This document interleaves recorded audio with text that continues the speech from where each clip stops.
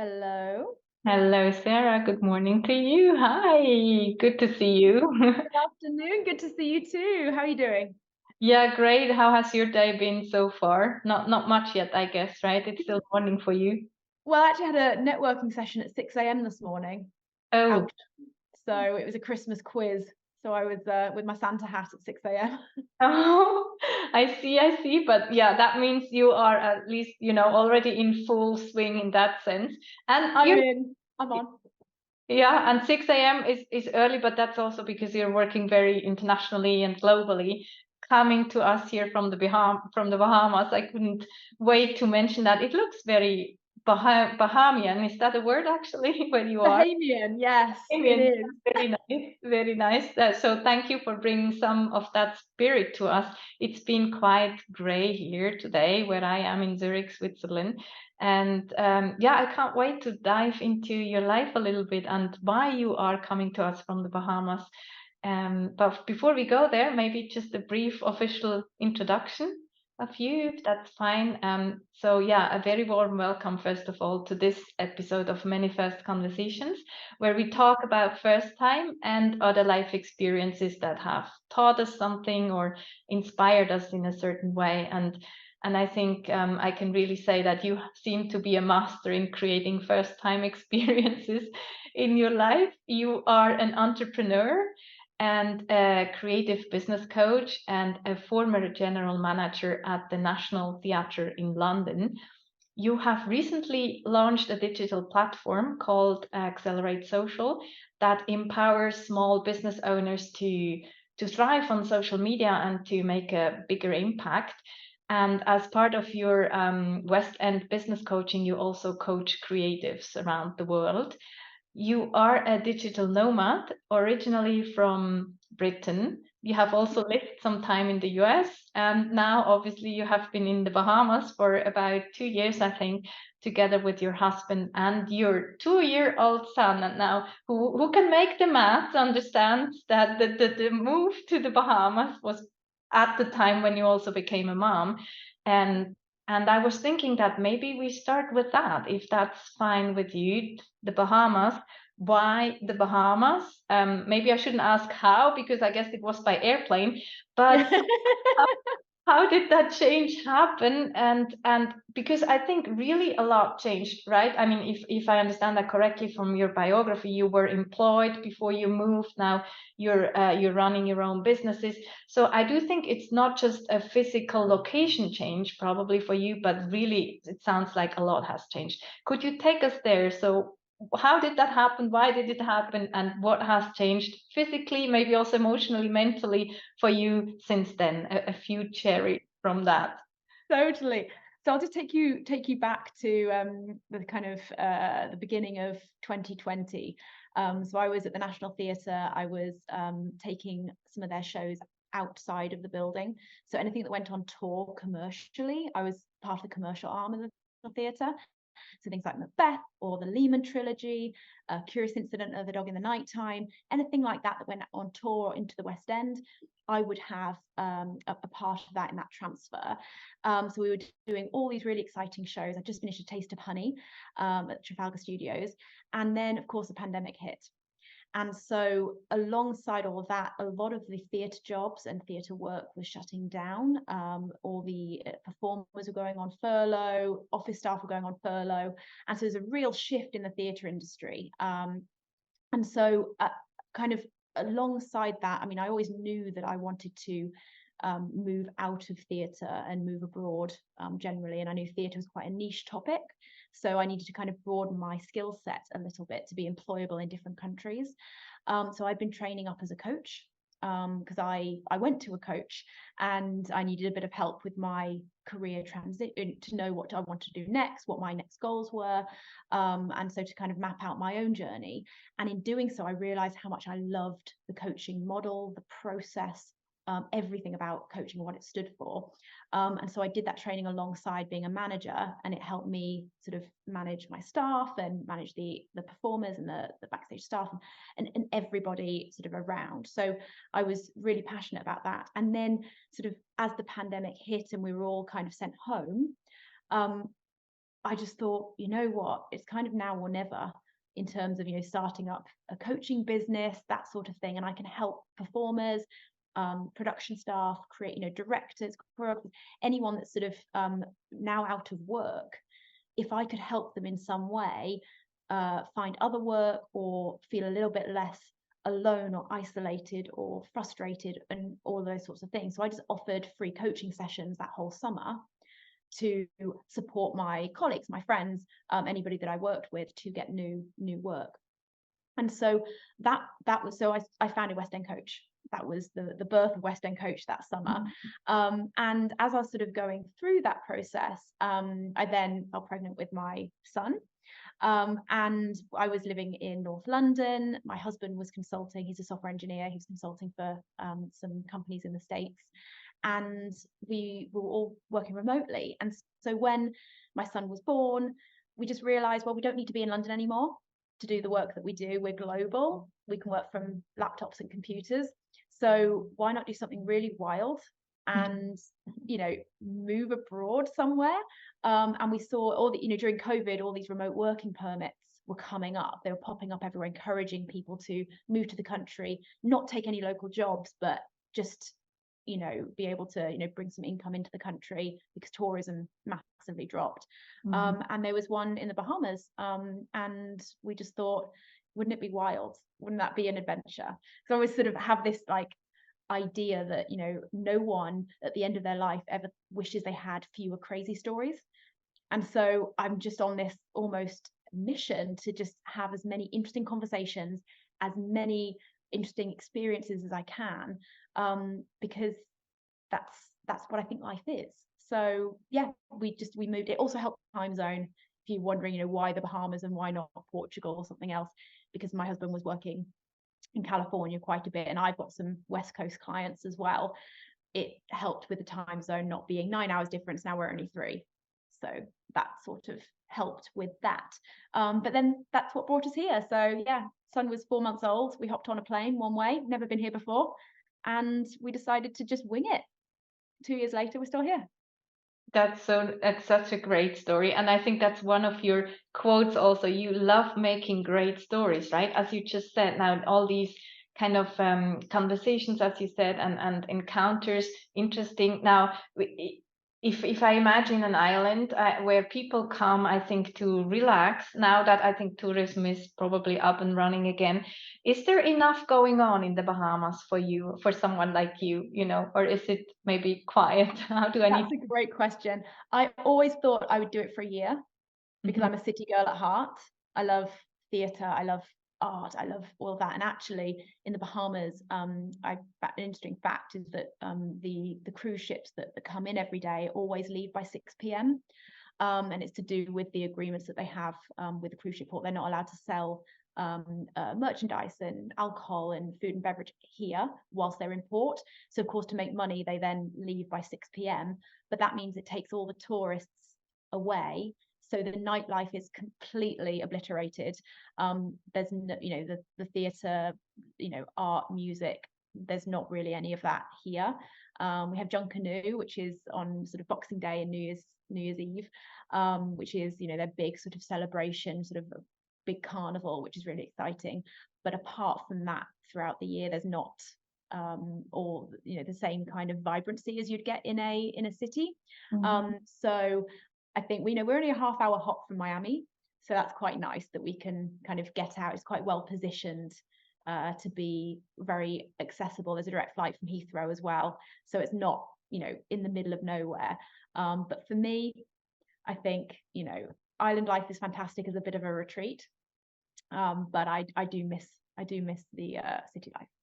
Yeah, I could imagine also because business-wise, or let's say again, encounter conversation-wise, I mean, obviously we're also doing this virtually now, but then I would imagine that your work before was a lot with physical presence, you know, like you would be with the people, and also theater is basically a performance in a room, like physically, right? And you have an audience that is also there, like the bodies are there, basically. Yeah. So that must also be quite different for you now. And how is that for you? I mean, is it in one of these interesting experiences? Do you miss some of that other world, and how do you integrate that? Maybe have you found ways to do that, or is it more like a phase of this and then maybe some other phase will come again?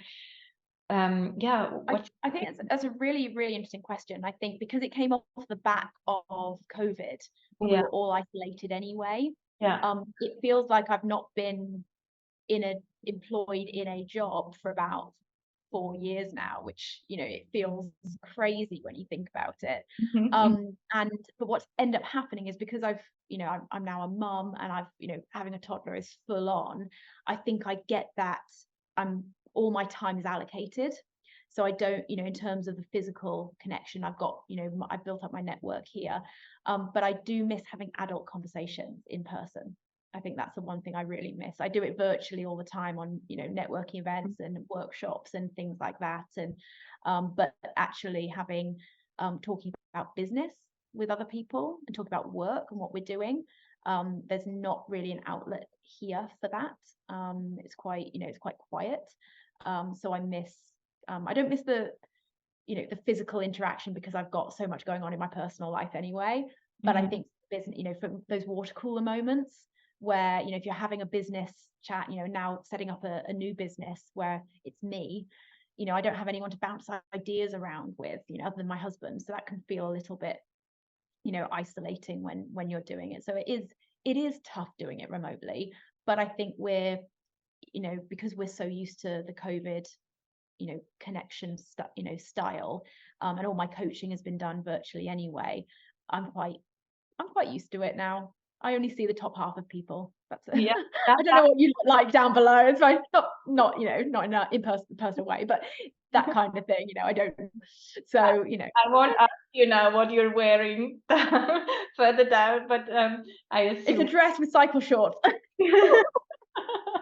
Very nice. But that's actually interesting because even I feel that, who I'm in a city right now, that still work, also my kind of work has shifted much more into the virtual kind of setup. And it is after a time, I think maybe it took us a while, to understand that, well, there's still nothing that compares to being in a room physically with people, right? In the end. And we probably need to find a new balance there after some time. Totally. I mean, I find it, the idea of going, because none of my pre-pregnancy clothes fit me anymore because I changed size. So for me to then go back into a business meeting feels very odd, because I'm sort of wearing like, an oversized shirt or something that doesn't, it's almost like coming back into a new body almost. And you go back, during COVID, you change, and you're sort of, it takes a lot more effort now to go out and meet people. And also the overstimulation as well. I think, I have been to a couple of in-person meetings, and I don't know if you've found that as well, but I'm very extrovert, and I love being the life of the party, and I love talking to people and finding out, their stories and getting really curious. But I'll find myself tiring out a lot quicker because you're not used to that physical. It's quite physical, doing all of that, and I don't think we've built up that stamina when we're just at home sat down. It takes a different type of energy, and I think I was used to doing that 7 days a week, always being on. And now I switch off so much that it's harder to then strike up a new conversation and have, more people in your life and dot between them. I think the focus isn't there. Yeah, I get very well what you're saying. And it is interesting because I still imagine, right, your former life really had, I don't know how many hundreds of people sometimes in a room, right? Like really. And now I think you mentioned that once, that launching the digital business now is a totally different experience where you don't feel how it's going with an audience, right? Because you're just launching it and it's out there, and then you kind of need to wait and see. I found that a very interesting comparison. But now you said you still have a very busy life, right? Also, your private life still keeps you busy. And I think that's another thing that you once said, that you just don't like getting bored. Now, that sounds a bit, at the same time, you now mentioned the stamina that we may not always have anymore, right? Or also you specifically. So how do you handle that? I mean, this kind of not wanting to get bored, is that really something that you are almost afraid of, maybe internally, or how do you deal with that? And do you still get rest somehow, maybe after the cruise ships are gone? But how do you Yeah, get yeah, that balance into your life, if at all, yeah, or are you really always on the go? Are you more dis? yeah. I think finding a work-life balance has been something that's always been very interesting to me when I talk to my clients or talk to other people about what they define as work-life balance. And a lot of people come to it thinking it's a 50-50 split. You work hard and you play hard, and that's how you do it. And I think whatever phase of life you're in, it may be 70-30. It may be, if you're starting a business, you're going to be 90% doing that and 10% rest, but Yeah. it's only going to be for a short sprint, and then the dynamic's going to change again. So I think it's just about being flexible to what the priorities are. And so the way I do it is I have a kind of urgent important matrix that I actually put on the back of one of these. I don't know if you can see it. Oh yeah, they're upside down.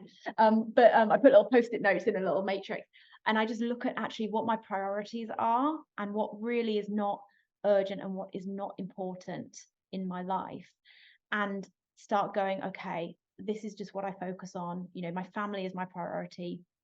My business is my priority at the moment. But everything else can take a little bit of a back seat, and making sure that I've got those goals really clear of why I'm doing the thing that I'm doing. I'm not just sort of, just working and keeping busy for the sake of being busy, and actually doing it for a bigger purpose. I also set my alarm for 1 p.m. and make sure I have a lunch break, and my alarm goes off, and I have to sit outside. And so one good thing about there not being a huge amount to do in the Bahamas is that I can sit on my balcony and stare at the ocean and eat my lunch. Yeah. And so I think physically planting yourself in a peaceful setting is so important when you are so busy, because if every day you're met with busy, commuting, bustling, it is then very hard to take a step back. But putting yourself in a situation, obviously it's a huge privilege to be able to do that, but making sure I've got an environment in which I can retreat into and actually realize the sort of the vastness of the universe and the vastness of the world, and go, actually my problems, I can kind of relax into that a little bit. So that's how I find those pockets of rest. But I mean, I have a toddler, so I'm up several times a night. I'm up at 5:53. I think you've still got to balance that, but I know it's not forever.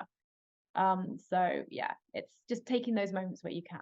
That's actually a very good tip, yeah. So with an alarm or something that as a reminder, if we struggle to kind of generate it in ourselves, and to just sit for a bit and eat consciously, right? I think this is really making a big Not at your desk. Don't difference. eat at the desk. Go for a walk. Yeah, Change your state. That's yeah. too much. Even just a 10-minute walk around the block or something like that it makes such a huge difference to your, physiological state. How we're feeling, yeah, our well-being, right? So this kind of moving. Yeah, I understand that. Now you mentioned flexibility also, and obviously you have, you're open to change, I would say, in if we understand how your life has been going. Have you always been like that, or is that something maybe also like a habit that you consciously brought into your life? Yeah, I think I've got military parents, so we were always on a strict schedule. Mhm. We always, everything had to be, there was always a plan A, B, and C, Yeah, for everything. But when I met my husband, he's like, if you've got your wallet, phone, keys, and passport, you're absolutely fine. And he's very much like, he doesn't need to plan, because he knows that we'll be okay. We'll be absolutely fine.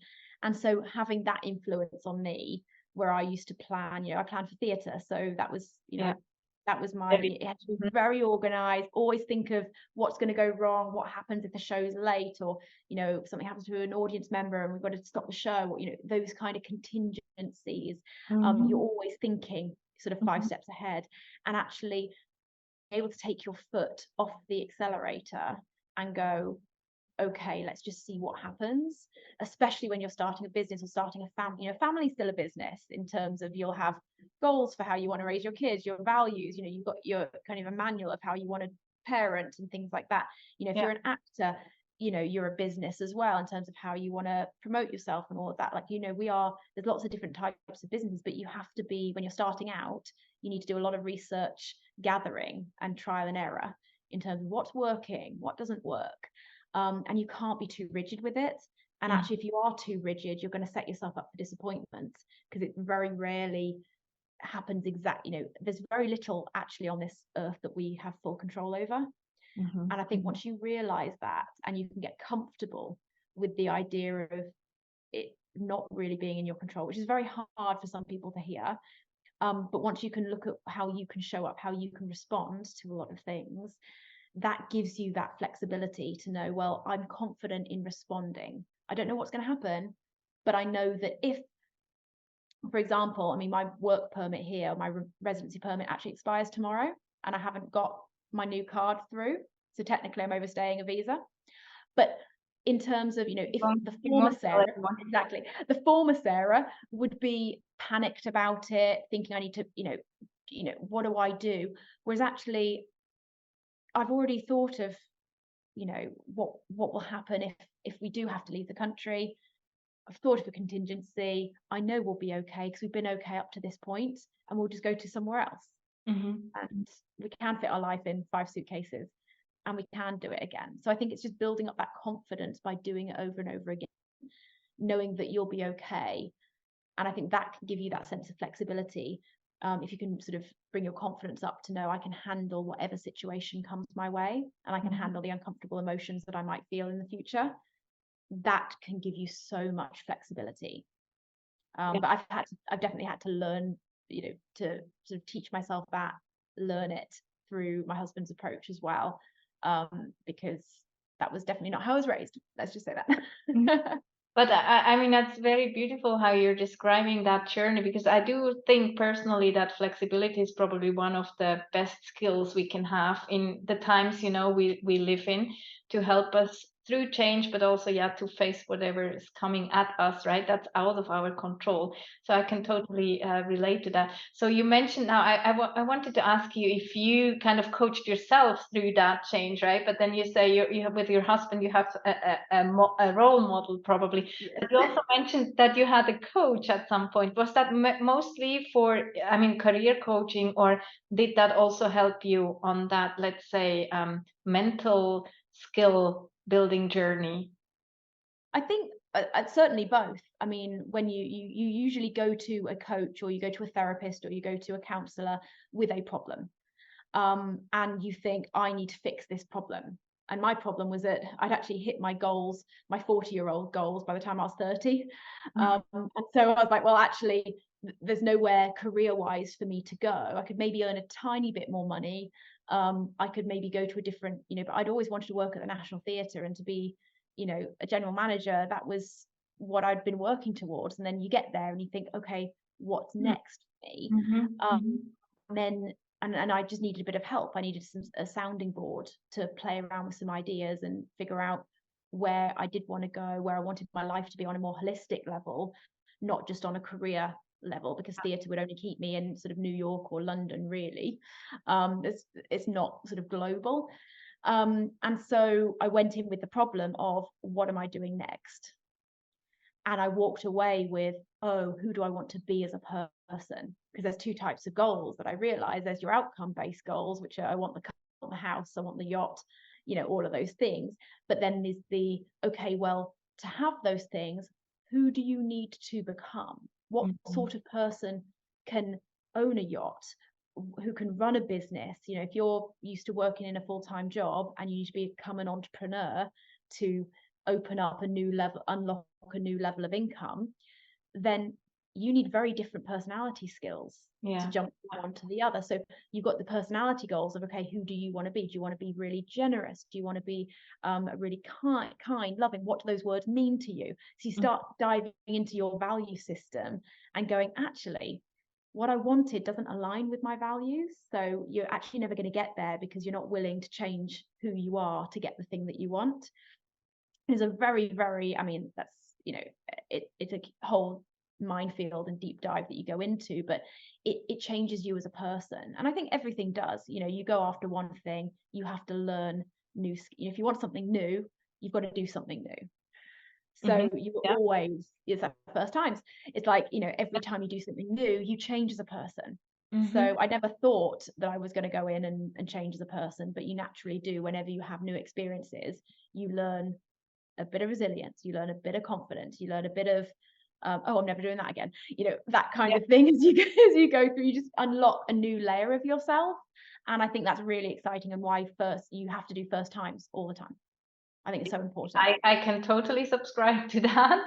And it's actually really impressive the courage you had, you know, at that young age, let's say, because of, you know, letting go of the National Theatre, in that sense, environment, job, and so on. And many people would dream of that. You achieved it and you were not holding on to it. You were courageous enough to put yourself out there again and to reinvent or redefine. It's each time probably also an opportunity, right? If we are ready to see it as such, and not only the threatening part of, oh, now I'm a bit out there somewhere that I didn't know before.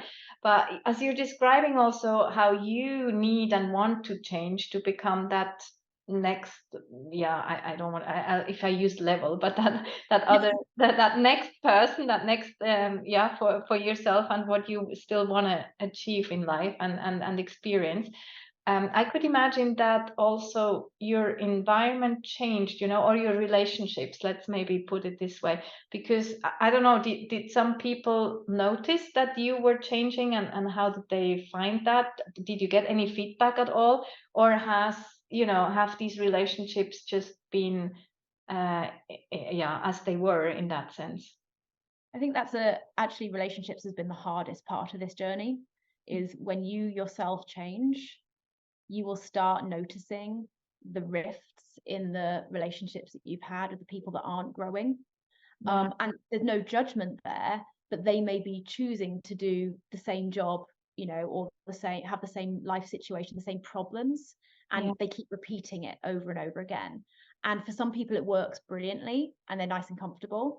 But what I was finding is that I was sufficiently uncomfortable that I wanted to change and grow. But what can then happen is that you grow into somebody that would not have those same friendships again. You know, the same with family members, the same, you know, they know you in some way, you know, you'll have a group of friends that know your roots. And I would get calls from people and going, Sarah, like that post that you just put on LinkedIn, that doesn't sound like you. Like that doesn't, you know, that's not the Sarah, you know, that we know. And you go, well, actually, you don't know the now that has actually been through X, Y, and Z as I'm growing into this new person, and learning to let some of those old friendships and connections go, because they still had, you know, they need you to be the person that they fell in love with, or, you know, either as a friendship or you know, as a partner. I'm lucky with my partner in that we've been together 13 years, and he's, you know, we've grown together, and had our issue, you know, as we've both changed and, you know, come back together. But I think being open and flexible to changing, even within a marriage, even within existing friendship, is so important and so hard. That's actually the hardest part of it, is not just growing yourself, but growing new people around you. And it's so important that you make connections with people that are also doing the thing that you want to be doing.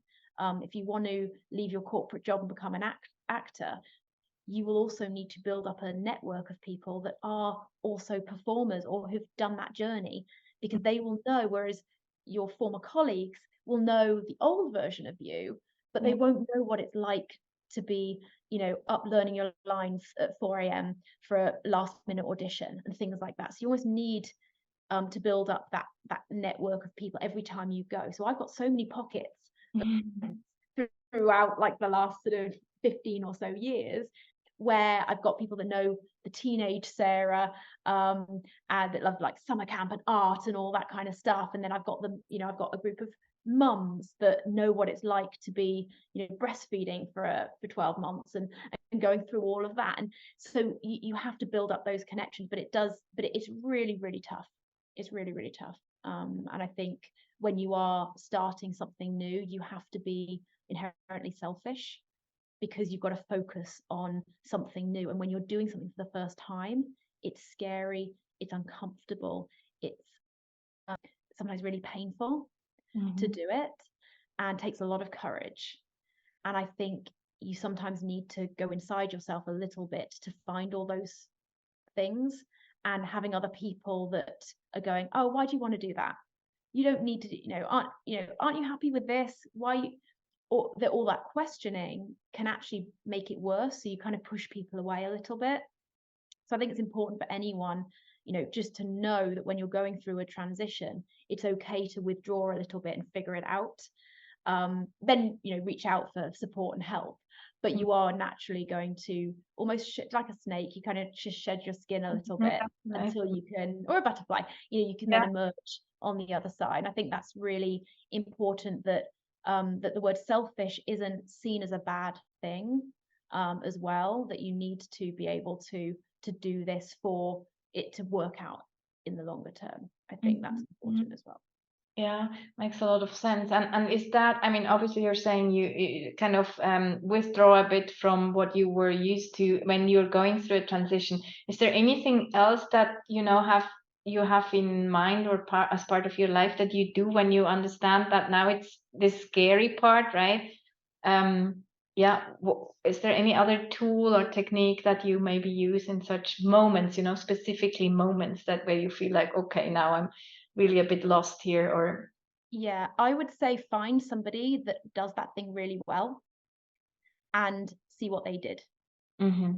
So if there's somebody in a LinkedIn network or something like that, you can still be withdrawn, trying to figure it out, but just reaching out or just following them a little bit and just seeing some of the stuff that they've done, because they will be in your position as well. And so just knowing that you're not alone in it, I think that's really important, that when you do withdraw, which is quite normal, you can still even watch from the sidelines somebody else that's doing that thing, and just reminding yourself why you're doing it. And the other thing is reminding yourself why you're doing it. I think over and over again. Have it on your, I have it on post-it notes on my bathroom mirror.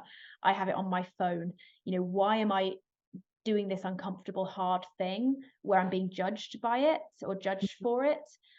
Because other people, and I think somebody told me, like, if somebody, don't listen to the people who don't have the things or the lifestyle that you want. Because you don't want what they have, so why would you listen to their opinions on it? Now, you can take that with a pinch of salt, because obviously they might have your best interests at heart, that you're struggling. But also look to the people that do have that life that you are aspiring to, and have had the experience, have had that courage, and really use that as your as a real focus, rather than looking at those that haven't had the courage to set up a business or transfer industry or something like that, and go, I respect your opinion, but I'm not going to take it. And actually just being able to stay in your own lane. So I think it's really being focused on where you're going, and seeing someone else that also has done that thing before, or something similar, and just reaching out, because they've been there. So if you reach out and say, hey, can I jump on a 15-minute virtual coffee with you? I can't imagine any entrepreneur, even if they're really, really busy, they will know what it's like to have done that hard thing first. And I would always have time for people. If someone came to me saying they're trying to do the same thing and they're a little bit stuck, you will always have time, because it's that network thing. It's having people, like-minded people that are doing first times over and over again. You want to support. That's why you're doing this podcast as well. Like you want to support other people and help other people and normalize it, and make people not feel so alone and scared by talking about it. So I think that's really important. So they can also listen to your podcast. That's something they can do. Yeah, thank you for that. It's also creating evidence, right? Like really seeing it. I mean, others have gone through that before, and it's sometimes not our most intimate or innermost environment that would be able to share these experiences with us. Whereas when we're kids, we are just for the first few steps, we are in that environment that we are born into, right? And then only later we probably need to start making choices if we want to go in a specific direction. So yeah, when are you, as you are working with creatives also, when are you most creative? When are you in a zone? Well, I did some, I love painting. Oh, So yeah. I did some pottery painting the other weekend. You get you can glaze pottery and things like that. And it was just a morning class. And I forced myself to go. I've not painted, for a long time really. And just by sitting there listening to some music and paint, and the paint's not asking me questions, nobody's judging me, I can just sit there, and you can just zone out. So I think it's finding an activity where you can use your hands and you're so detached from. I don't think watching TV does it, because you need to do something physical. So it could be going for a walk, it could be but yeah, I'm most creative when I'm out in nature, going on a beach walk, and I'll have so many ideas. And so I think that's, for me, I need to be out. I can't be thinking creatively in the house. So it's either painting with color, I love color, Yeah. or out on a nature walk or something like that. I love color too. Yeah. Yeah, but so does that mean then that your mind doesn't really rest in that sense, but keeps working, right? And what do you do then when you're out there on the beach and these creative inputs come? Would you write it down, or would you just take it as, okay, nice ideas, and see what you remember when you get back?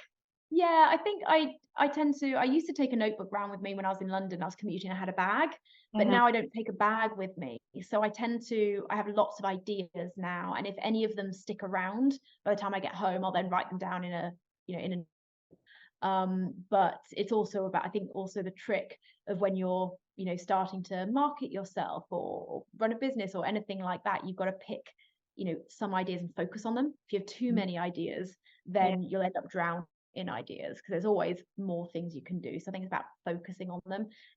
So that's why I do prioritize it as we go through. But yeah, I think I tend not to be too harsh on the writing down all these ideas, and because I know I'll drown. But yeah, my mind is always on. And I know some people find that being a bit of a problem, but I think if you're comfortable with it and you can let thoughts sort of almost flow through you a little bit rather than stalling you, Yeah. I think there's techniques you can use to work through it, rather than being like, oh, I have to switch my brain off, I don't know how to switch, my mind's always on. That's like it's a bad thing. I think there's also the thing of like, yeah, of course my mind's on, it's working overtime at the moment, but I'm not gonna try and punish it and try and switch it off. Mhm. So yeah, I think writing them down, absolutely, it definitely helps. But the good things I'll remember, because I'll come back to it. Yeah, I just want to say, probably also have the trust there, right? And experience probably shows you that Yeah, would stick if they are meant to stick. yeah. And And as I think trust is I think the biggest sort of root of everything, in terms of, if you can trust yourself 100%, that whatever you do, you'll be able to deal with, you'll Mhm. be able to overcome, you'll be able to ask someone, you'll be able to seek help, or you'll be able to help yourself, you can do anything. I fully believe that the first times you'll be doing lots of them if you know that you'll be okay. And I think we sometimes don't give ourselves enough credit. We Mhm. think, oh, well, I've never changed a tire before, so I don't really want to go out on that road, because what happens if I break down? Okay, so let's work through it. That's what I do in a coaching session with someone. They pull up all these blockers of like why they can't do something for the first time. And I go, do you trust yourself to be okay if that thing was to happen? What happens if your boss does fire you? What happens if you fail that audition?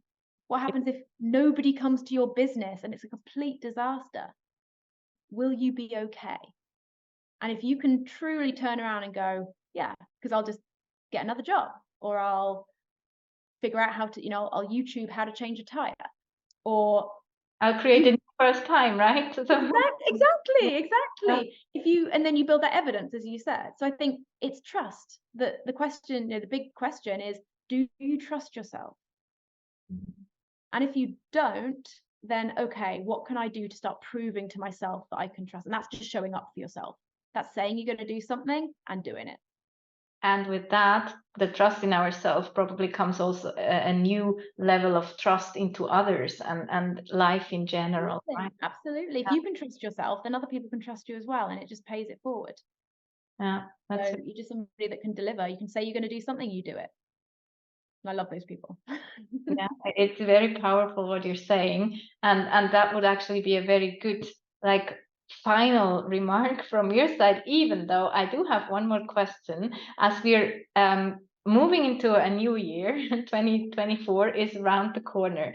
What is your mind focused on? So what is maybe a first time that you see could be happening in 2024, or that you would love to see happening? Is there anything you could share? Yeah, I mean, I think 2024 is a really exciting year. There's lots of things that could happen. We're waiting on a US visa at the moment. So if we speak again this time next year, I could be in America. I could be running a successful business that, we're bootstrapping at the moment, but, it could be building and growing. My son will be another year older. So we'll be experiencing life in a different way. We might even, if I'm kicked out of the country next week, then I may even be somewhere next week. I don't know where. What's exciting is I don't know where we're going to be in 2024. We think it's going to be here, but I think the goal for next year is just to grow. I think, grow the family, grow the business, keep learning as I'm wearing all the hats for the business at the moment. Just keep building on that. So, I've done the last few years of kind of setting things up, and now 2024 is going to be a year of growth. So we'll see. Oh, that's beautiful, and that's to a year of growth. Yeah. I wish you and your family all the best with it, and I'm looking forward to connecting with you again in the Bahamas or anywhere else in this world. Yes. Thank you very much for this beautiful conversation, Sarah. Oh, you're so welcome. Anytime. Take care. See you next time. Okay. Bye. Have a wonderful day. Ciao, ciao.